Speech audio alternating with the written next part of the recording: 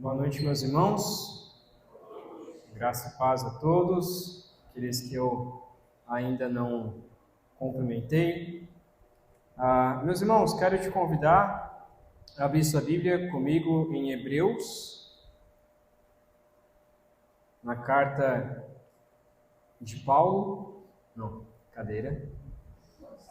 Pode ser também, né? Na carta de quem a gente não sabe quem é, aos Hebreus. Ok?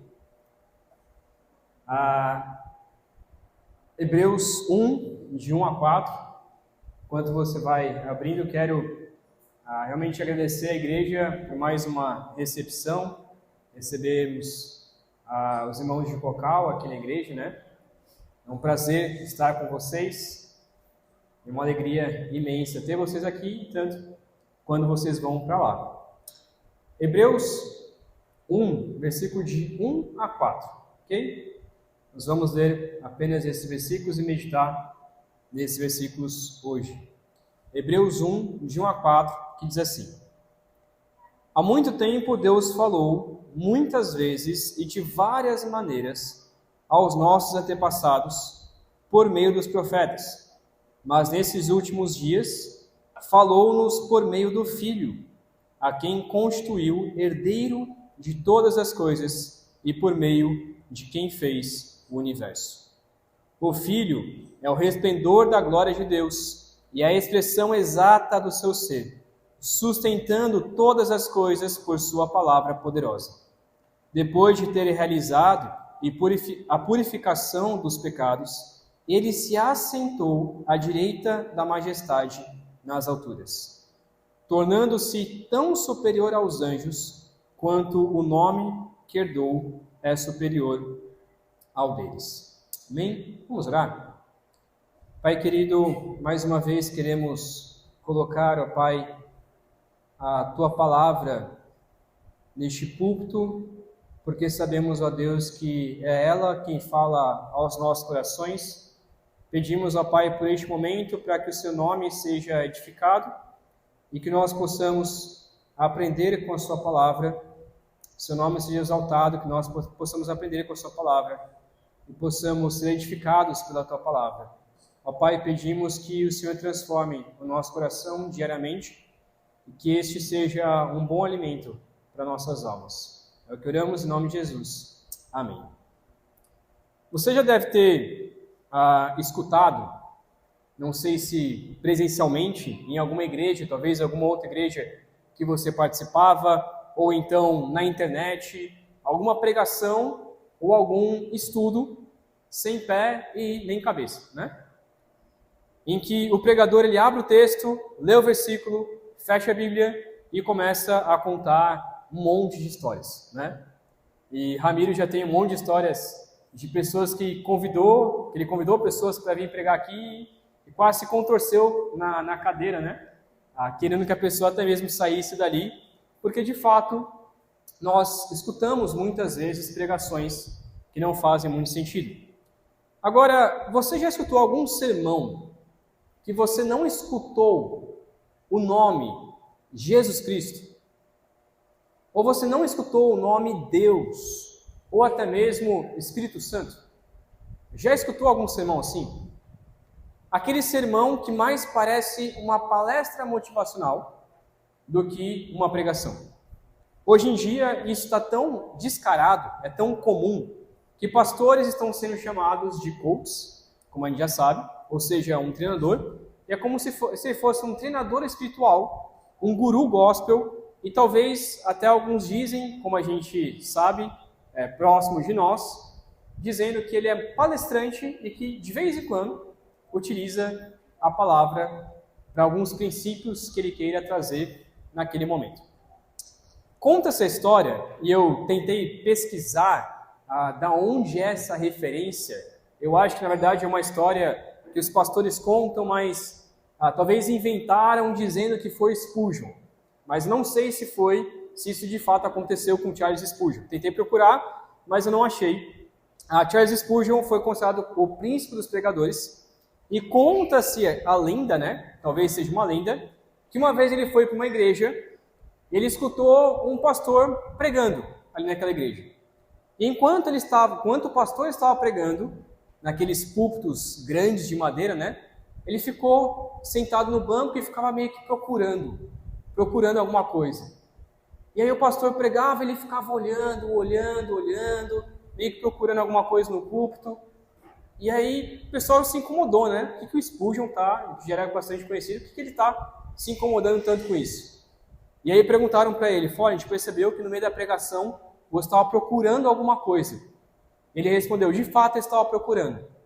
Eu estava procurando o meu Salvador, mas eu não encontrei em lugar algum. Eu estava procurando Jesus Cristo nessa pregação, mas eu não encontrei em lugar algum.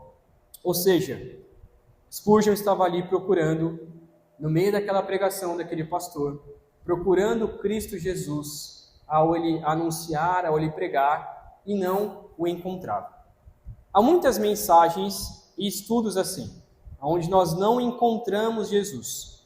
Tudo isso, na verdade, é falta de algo que nós chamamos nos seminários, que é a conhecida teologia bíblica, que é você estudar o texto e perceber como esse texto fala ou aponta de Cristo, a Cristo Jesus. O que esse texto fala sobre Cristo Jesus, como que aponta para Cristo Jesus e como que o fato de apontar para Cristo aplica então em nossas vidas. Isso é muito difícil, principalmente quando nós estudamos o Antigo Testamento. Eu já peguei inúmeras revistas de crianças em que falava, por exemplo, que nós devemos ser como Abraão, que nós devemos ser como Isaac, como José, como Daniel, e tira algumas lições práticas para a nossa vida, como, por exemplo, seja valente como Davi foi valente para enfrentar Golias. Ou então, seja puro como Daniel foi puro em não comer a comida do rei. Eu já escutei uma pregação de um homem que estava defendendo a ideia do vegetarianismo. Estava defendendo o veganismo, usando Daniel, dizendo que Daniel não comia carne porque ele não queria se contaminar com carne. Totalmente errado conforme o contexto. Ou então, seja obediente como Abraão, queria sacrificar seu filho Isaac por ordem de Deus. Então você também tem que fazer os seus sacrifícios para Deus. Ou seja, então fuja da imoralidade, como José fugiu da mulher de Potifar. Ok, tudo isso tem o seu valor. Uma dessas que eu coloquei, sim, são aplicáveis em nossas vidas, como por exemplo essa de José. De fato, você tem que fugir da mulher de Potifar. Né? Alguns dizem que a mulher de Potifar era Potifera, né? Então, você tem que fugir das Potiferas da vida, você tem que fugir dessas mulheres. Mas não é somente isso que o texto quer nos mostrar. Não é somente isso. Mensagens assim podem ser boas, e muitas podem trazer verdades, e essas verdades sim têm que ser faladas na pregação, mas elas não são completas. Eu mesmo já preguei, e não faz muito tempo, mas já preguei inúmeras mensagens que não falavam sobre Cristo Jesus. Recentemente, isso aconteceu mês passado, em uma das mensagens de Abacuque, no curso que eu faço parte do Prega a Palavra, e dando esse curso, eu tinha acabado de dar uma aula sobre teologia bíblica, e na hora da pregação, na hora que encerrou a pregação, eu parei e olhei e falei, gente, me perdoa, porque eu acabei de falar sobre teologia bíblica, acabei de pregar em Abacuque, e eu não falei nada sobre Cristo Jesus. A gente comete esses erros, e esses erros são comuns. O pior de tudo é quando você vai para o YouTube, e as mensagens mais vistas são mensagens que não falam sobre Jesus. São mensagens que não falam sobre Cristo. E a igreja brasileira está ouvindo essas mensagens e achando o máximo.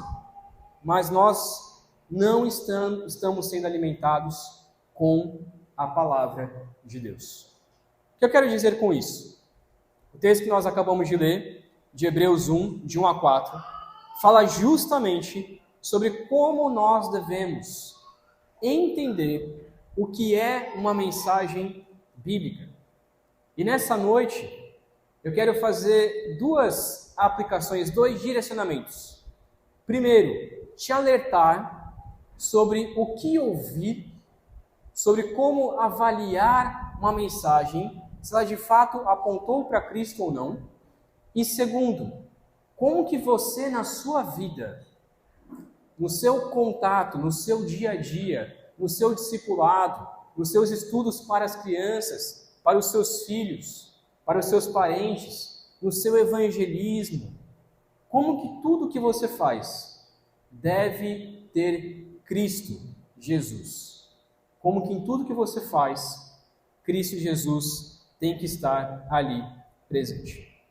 Esse texto então que nós vimos, para quem não sabe, eu brinquei, que o autor de Hebreus é Paulo. Na verdade eu nem acho que é Paulo, eu sou mais do lado de ser talvez Apolo, mas nós não sabemos quem é o autor, na verdade, de Hebreus.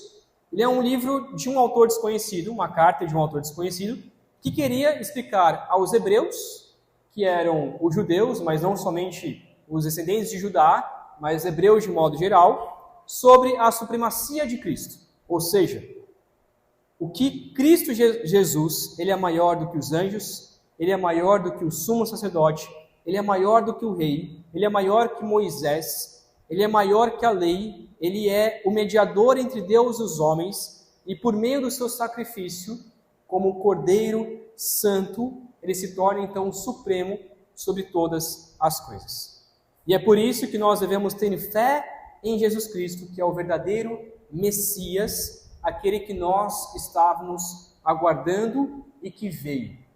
Praticamente, o autor quer ensinar aos hebreus que nós podemos sim confiar que Cristo Jesus é o Messias e que os pais, os profetas do Antigo Testamento também confiaram em Jesus e também tiveram fé nesse Messias que haveria de vir.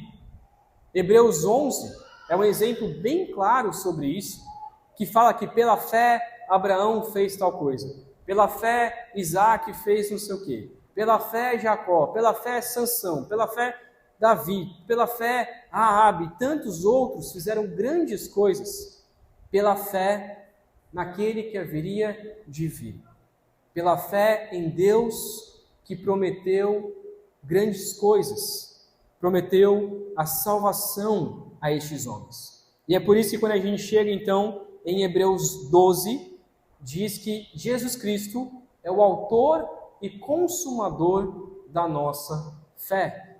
Sem Cristo Jesus é impossível nós termos fé. E o que os hebreus estavam fazendo, os hebreus aqui deste local, eles estavam começando a influenciar a igreja a pensar, olha, Cristo Jesus é importante? Sim, é importante. Jesus foi um grande homem? Sim, foi um grande homem. Talvez ele era Deus? Sim, talvez ele era Deus. Mas pensa bem, será que Jesus era maior do que os anjos? Será que Jesus era maior do que a lei? Será que Jesus era maior do que o nosso sumo sacerdote? E o autor, então, quer mostrar que sim, Cristo Jesus é superior a tudo e a todos. Não há nenhum outro personagem, não há nenhuma outra lei, não há ninguém da Escritura que seja mais importante do que Jesus. E muitas vezes nós temos a tendência de olhar para alguns personagens bíblicos e a gente meio que santifica eles. A gente meio que olha para a vida deles e diz, nossa, como ele é uma pessoa perfeita, Por exemplo, Davi. A gente olha tanto para Davi como o homem segundo o coração de Deus. Mas quando você começa a estudar a história de Davi, você começa a reparar alguns detalhes, faça isso.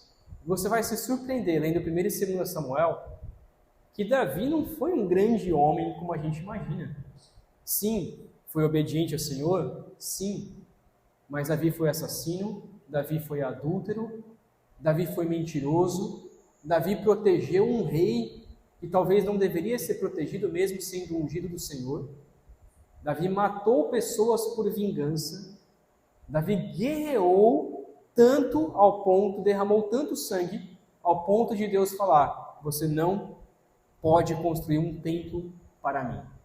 E tantos outros personagens bíblicos, quando a gente lê novamente, a gente percebe, peraí, eu retenho as coisas boas, mas eu tenho que tomar cuidado em ser como eles. Por isso nós vamos entender que um bom ensino é aquele que exalta a Cristo como Senhor e Salvador. Um bom ensino é aquele que exalta a Cristo como seu Senhor e como Salvador. Versículo 1, então, nos diz de Hebreus capítulo 1, que há muito tempo, é interessante como ele começa a carta, né? Não se apresenta, não diz o seu nome, por isso que é duvidoso que seja Paulo aqui, mas ele simplesmente começa um argumento. E é o argumento do que ele quer falar no livro todo. O livro é bastante confuso, há muito que discutir sobre esse livro, mas ele começa declarando o seu posicionamento sobre o que ele vai falar em todo o restante do livro. Ele diz, há muito tempo, Deus falou muitas vezes e de várias maneiras aos nossos antepassados por meio dos profetas. A palavra profetas aqui é de modo geral, tá? Não é somente aqueles que nós consideramos como profetas, mas aqueles que falavam em nome de Deus. Antigamente Deus falou. É interessante pensar que Deus é um Deus relacional. Deus é um Deus que se revela. Deus é um Deus que fala com o ser humano, que fala com a sua criação. Ele poderia simplesmente pensar, poderia simplesmente colocar na cabeça das pessoas, colocar algum sentimento, mas não. Ele é um Deus que falou diversas vezes e para muitas pessoas. A intenção dele, ele falou para toda a sua criação, todos os homens que existiam naquela época, desde Gênesis 1. Então ele fala desde Gênesis 1, onde a sua primeira fala é ali, haja luz. Mais tarde diz, façamos o homem a nossa imagem e semelhança. Deus fala na criação, ele fala pessoalmente com Adão, fala com Eva, fala com a serpente, fala com Caim, Noé, Abraão. Depois, ele possivelmente em Cristo, há uma discussão aqui, mas possivelmente um dos 3 anjos ali sendo o próprio Deus conversando com Abraão, aquilo que nós chamamos de cristofania, talvez seja isso, ou um anjo especial representando o próprio Deus ali conversando com Abraão. Fala com Moisés em uma sarça ardente, fala com Balaão através de uma jumenta, então usa até uma jumenta para falar com Balaão, fala com Eli através do profeta Samuel, com Davi através de Natã, fala com os libertadores Esdras, Neemias, os profetas Jeremias, Ezequiel, Daniel e tantos outros, e Deus fala ainda mais de uma forma que nós não conseguimos imaginar. Deus falou a essas pessoas. Então muitas vezes nós falamos assim, mas por que Deus não fala comigo? Porque o momento em que nós vivemos, que é o que nós vamos ver hoje, Deus não precisa mais falar da maneira como Ele falou com todas as pessoas. Às vezes nós queremos ser até melhores do que esses personagens bíblicos. Não era sempre que Deus aparecia para essas pessoas. Não era sempre que Deus falava com essas pessoas.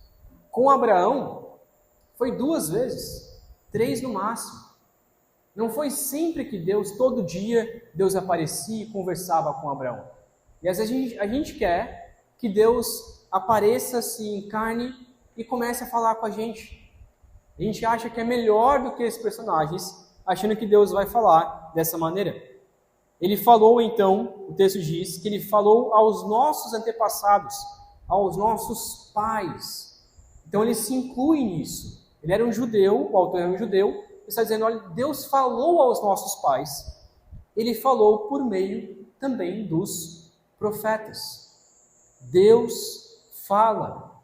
Ele quer mostrar aqui o interesse de Deus em falar com a humanidade. No entanto, Passado o tempo, quando acabou-se então o último profeta Malaquias, passou-se 400 anos e acontece o período de silêncio de Deus, até chegar e Deus falar através de João. Mas a forma como Deus falou então através de João não era mais uma fala de, olha, se arrependam e vão santificar no templo, ou simplesmente, olha, logo, logo o templo vai ser reconstruído. Não era mais mensagens assim. Não era mais mensagens de, olha, vai vir um rei, e este rei, ele vai dominar sobre o palácio de Davi, ele vai então dominar sobre o templo, e nós vamos ser uma nação próspera. Não era mais uma mensagem assim. A mensagem agora de João era: arrependam-se e creiam, porque o reino está próximo de vocês. A mensagem de João era uma mensagem única e apontava para uma só pessoa, o rei que logo viria.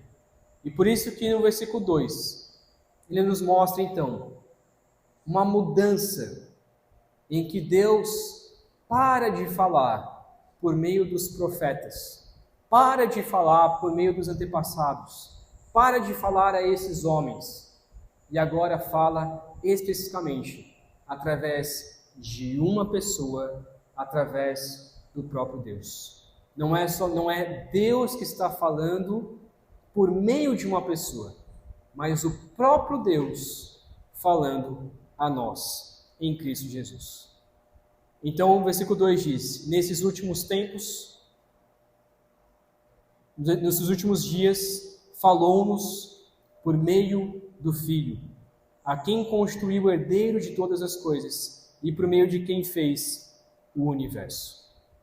Essa palavra últimos dias é literalmente escatos, escato, que é da onde vem a nossa palavra escatologia, que é o estudo dos últimos dias. Nós estamos nos últimos dias, nós estamos no fim dos tempos, e nesses últimos dias, Deus nomeou, Deus estabeleceu a quem, por meio de quem ele falaria. Ele fala então por meio de Cristo.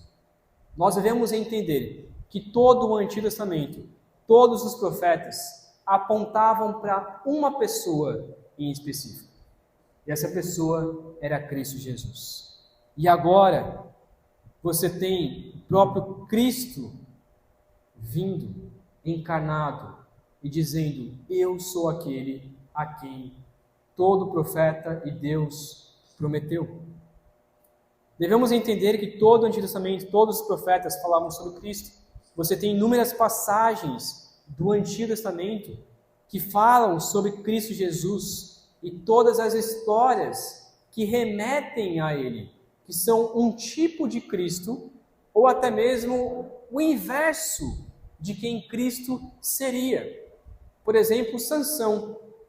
A gente estuda muito a história de Sansão e fala, não, um homem forte e tudo mais, mas ele foi o inverso de quem Cristo seria.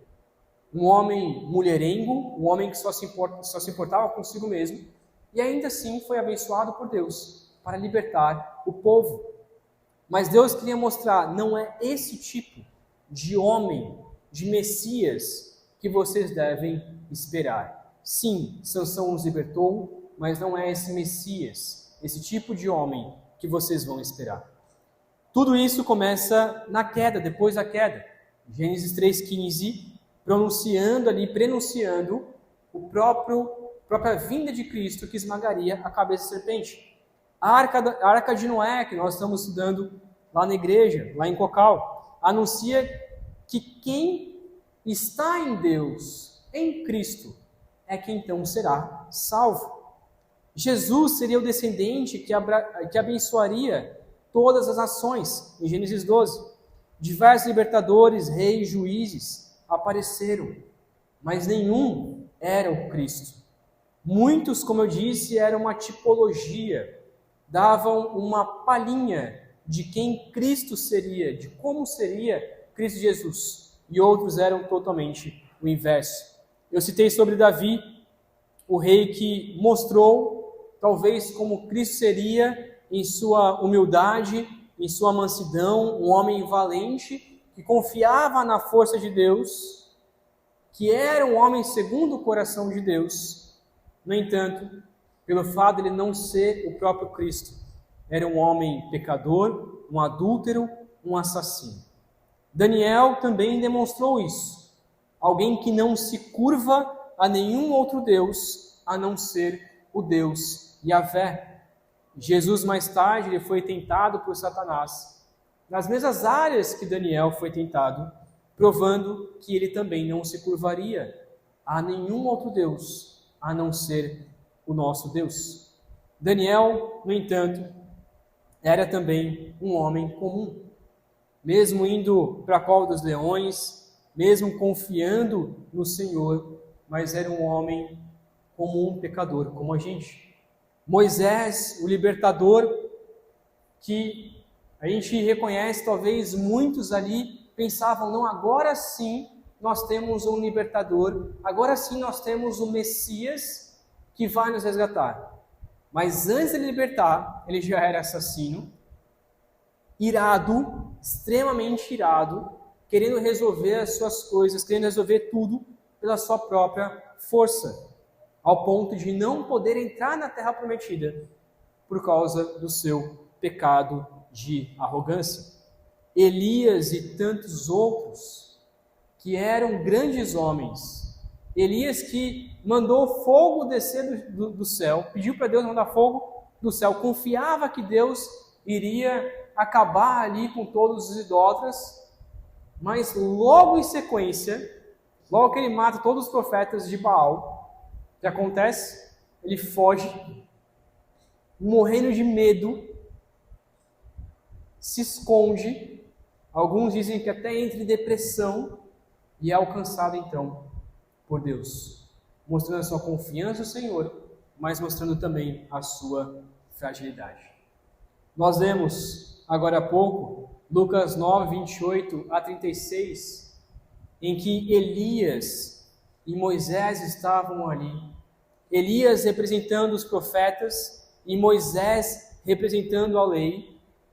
E quando nós vemos o próprio Cristo ali dizendo, escutem o meu filho, escutem a Cristo Jesus. O que ele queria mostrar? Elias cumpriu o seu papel como profeta. Moisés cumpriu o seu papel na lei.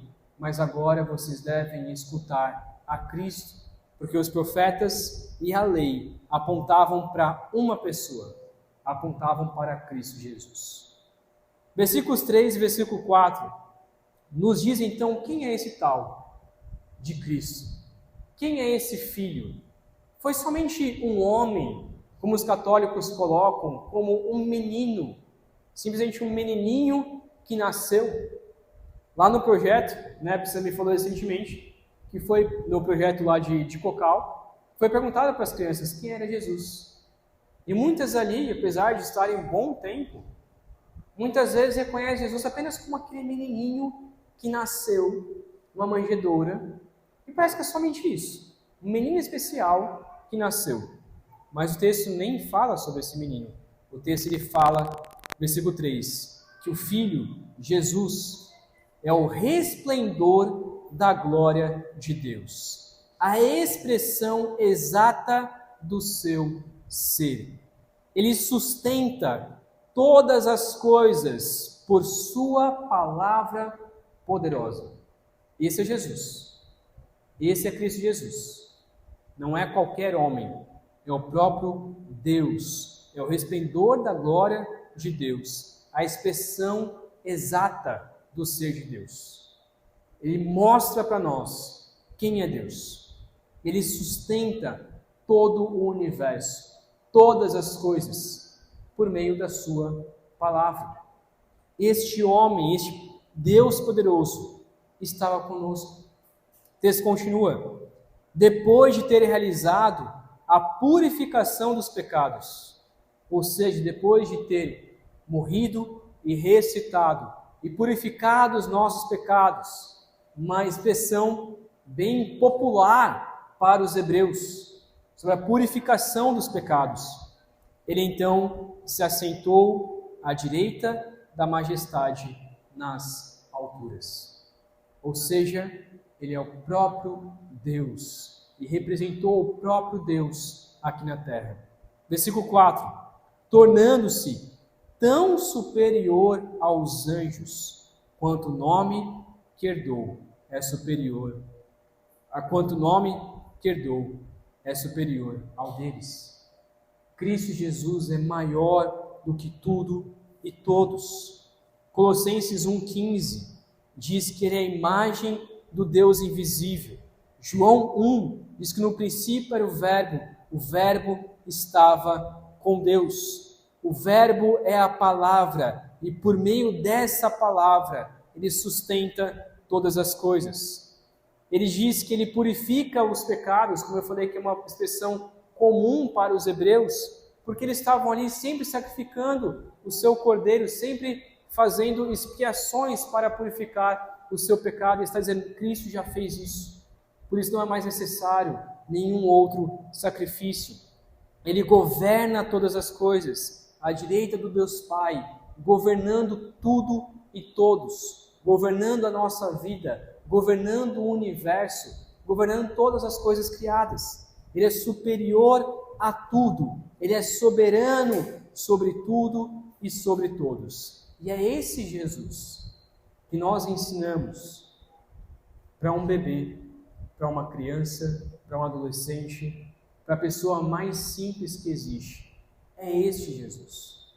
Mas muitas vezes, quando nós vamos falar sobre Jesus, que nós falamos, não foi um homem importante, não foi um homem que falou diversas lições de moral, foi diversas coisas importantes e legais, foi um filósofo, assim como Platão, assim como Aristóteles, assim como qualquer outro. Foi uma pessoa muito boa, a gente vê os ensinamentos realmente uma pessoa importante, mas não é só uma pessoa importante.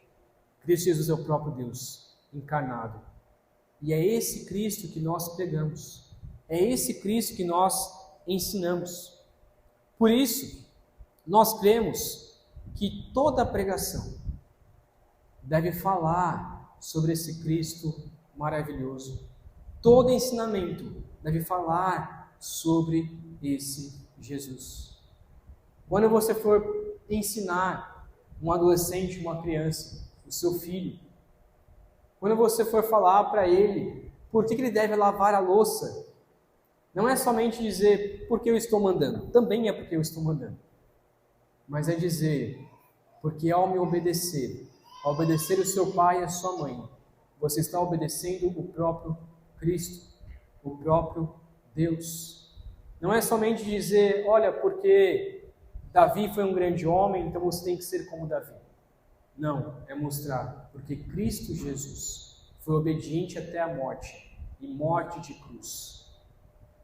E você deve ser também obediente, mesmo que doa, mesmo que seja difícil. Ao pregar na igreja, em todo texto que nós pregamos, Cristo tem que ser exaltado. Em uma conversa, ao evangelizar, muitas vezes a gente evangeliza de uma forma bastante errada, na verdade. Esses dias, acho que foi no mês passado, retrasado, Testemunho de Jeová, bateu lá em casa, bateram lá na porta de casa, e aí eu, com a mínima vontade de conversar com eles, eu já sabia, bateu e já falei assim, imagina, domingo de manhã, obviamente, Testemunho de Jeová. Aí eu abri a porta, comecei a conversar, e aí o texto que eles abriram foi um texto de Apocalipse, dizendo que todo justo será salvo. Aí ele leu o texto e me disse assim, olha, está vendo? Olha que palavra maravilhosa, todo justo será salvo. Qual que foi a minha pergunta para eles? O que é um justo? Quem pode ser justo?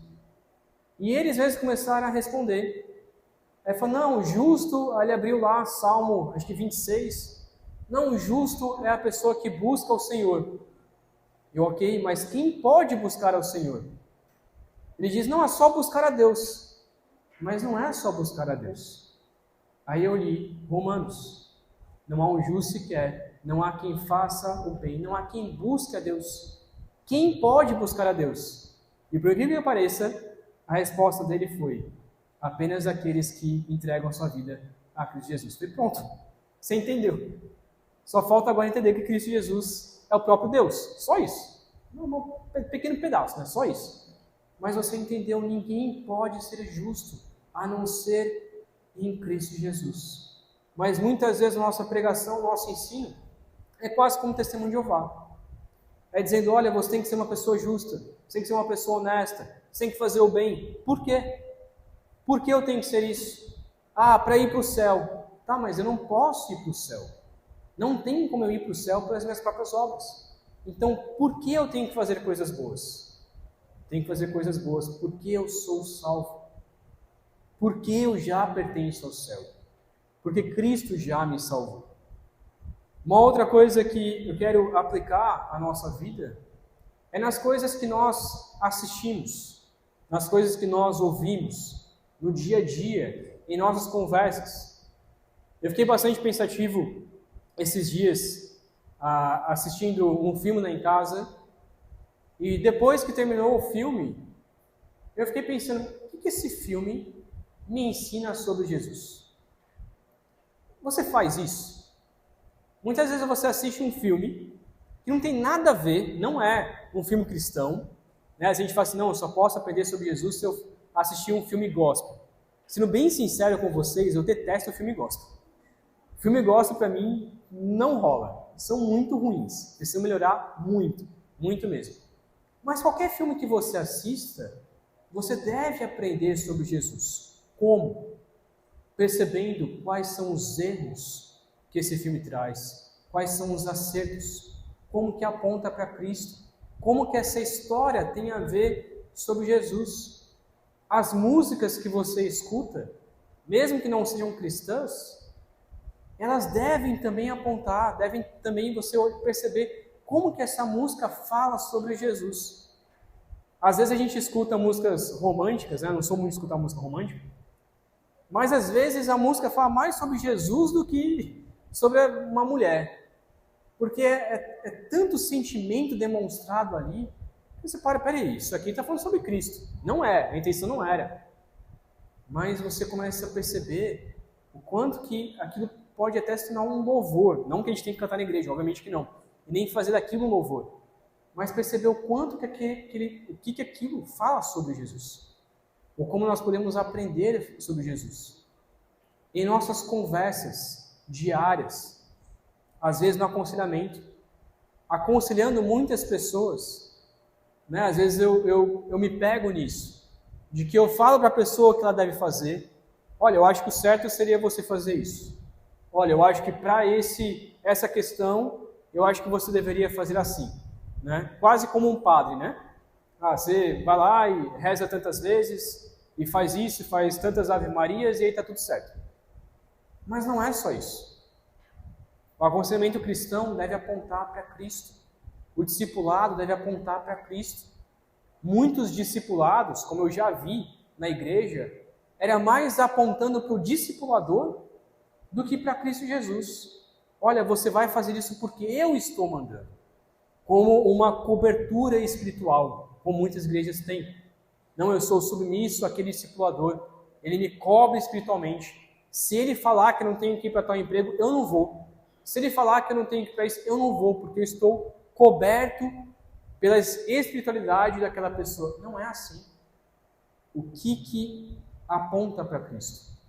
Como que a nossa vida, o nosso cotidiano, a nossa conversa, como que ela tem apontado para Cristo Jesus? Uma vida cristã, o tempo todo, em tudo que a gente faz, seja na academia, seja ao acordar, seja lavando uma louça, qualquer coisa deve apontar para Cristo Jesus. A própria palavra de Cristo aponta, a própria palavra de Deus aponta para Cristo. A nossa vida também deve falar e apontar para Cristo, para Jesus. Do contrário, não adianta nada tudo aquilo que a gente faz. Não adianta evangelizar, falar coisas boas para aquela pessoa, mas não falar que Cristo Jesus morreu para pagar pelos nossos pecados e que nós devemos arrepender e crer. Não adianta assistir um filme e sair dali, legal, foi edificado, foi muito bom, filme muito legal, mas eu não perceber a graça de Cristo naquele filme, naquela arte. Não adianta eu viver uma vida e não perceber aonde Cristo está no meu dia. Ao chegar no final do dia, eu devo pensar o que eu aprendi sobre Jesus. Como eu caminhei com Jesus. O que eu ensinei sobre Jesus. Quantas pessoas eu falei sobre Jesus. Às vezes a nossa fala é somente de graça e paz, né? Ou no máximo paz do Senhor. Mas o que tem de Cristo ali é só isso. O que tem de bíblico é só isso, porque o restante da nossa fala é um monte de besteira. Que ao falarmos para as pessoas, seja sobre qualquer assunto, que Cristo Jesus também possa entrar ali em nossas conversas. Um bom ensino é aquele que exalta a Cristo como seu Senhor e Salvador. Amém? Vamos orar mais uma vez? Pai querido, obrigado, meu Deus, porque o Senhor nos ensina que Cristo Jesus não foi um mero homem, mas o Messias prometido, a semente prometida para nos salvar, para nos resgatar dos nossos pecados. Ó Deus, que possamos crer nessa verdade todos os dias, entregar as nossas vidas ao Senhor todos os dias, viver em prol dessa verdade, anunciar às pessoas, falar o tempo todo sobre Jesus. Que este nome seja o nome mais falado no nosso dia, seja na academia, correndo, caminhando, conversando com alguém, no supermercado, ao discipular, ao educar alguma criança, na escola, na faculdade, em qualquer ambiente. Que o tempo todo o Senhor nos dê sabedoria para falar sobre Jesus, para evangelizar as pessoas e o tempo todo inserir Cristo Jesus e mostrar o quanto o Senhor é maravilhoso em nossas vidas. Ó Pai, nos ajude a viver o Evangelho verdadeiro. Ó Deus, nos ajude também a ensinar o Evangelho, a ensinar Cristo Jesus em nossas pregações, em nossos EBDs, em qualquer doutrina que a gente for ensinar, seja a doutrina sobre escatologia, seja sobre a criação, que qualquer coisa que nós estudarmos, que nós ensinarmos, que possamos sempre pensar sobre Jesus. Na faculdade, ao estudarmos qualquer assunto ali, possamos lembrar sempre de Cristo. É o que oramos pedindo a sua graça sobre nossas vidas. Em nome de Cristo Jesus. Amém. Amém. Pastor?